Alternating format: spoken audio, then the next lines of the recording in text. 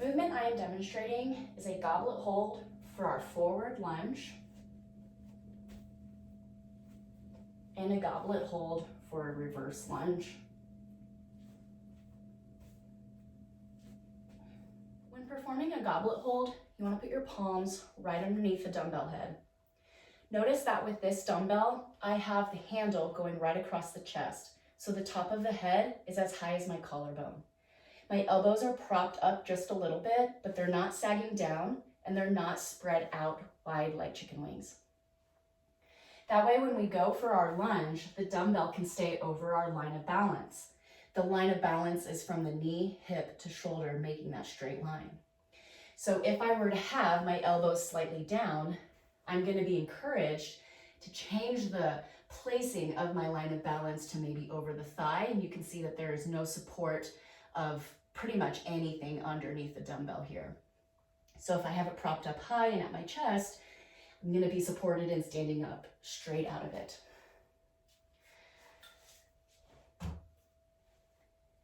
As far as our actual lunging position, I wanted to cover the body positions that are ideal for doing lunges, whether they're weighted or not.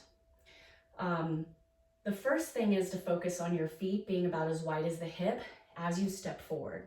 So you can see in the video that you can see both of my feet on railroad tracks. If my feet were on a tight wire, it means that my feet kind of come a little closer together. You can see that you can no longer see my back foot, and I'm no longer on a railroad track. This is important because if you find yourself losing balance in the lunge, it's most likely because you don't have a base that creates stability for your body. So that's why we want to have a little bit of a wider stance, like we're on railroad tracks. Next, when you step forward, your body position should have a bit of this tucked pelvis. So something that I work on with my particular body is that my pelvis likes to be overextended a lot, and I have to really think about crunching my core in with the long spine, tucking the pelvis under, and then coming straight down and straight up for my return.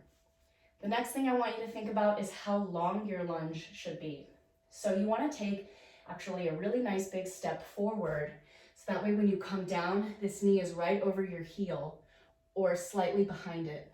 What we want to avoid is not lunging far enough, and when I come down, I'm putting a lot of pressure in this kneecap. This back knee doesn't have enough space to go to the floor, and eventually you'll probably develop some type of knee pain. You will be unable to get full range of motion out of the movement, and all of those are just a recipe for disaster. And I think mentally it will probably make you feel a little bit like you're failing at the movement, not good enough. And that's why I want to support you in finding the good positions here. So just as a recap, I'm gonna have my dumbbell right at the chest. My elbows are propped just up a little bit, and the dumbbell is right at my collarbone. I'm gonna take a step forward on railroad tracks. I'm taking a long enough step so the knee is right over the ankle, and my body position is straight up and down. My shoulder, hip, and kneecap are in alignment. I'm gonna stand straight back up out of it and return. So that was my forward lunge. The rules apply for the backward lunge the same way. Stay on a railroad track. Knee is down to the floor. This front knee is right over the heel. Step straight up out of it, and then return your feet. This has been a demonstration for our goblet hold and our reverse and forward lunge.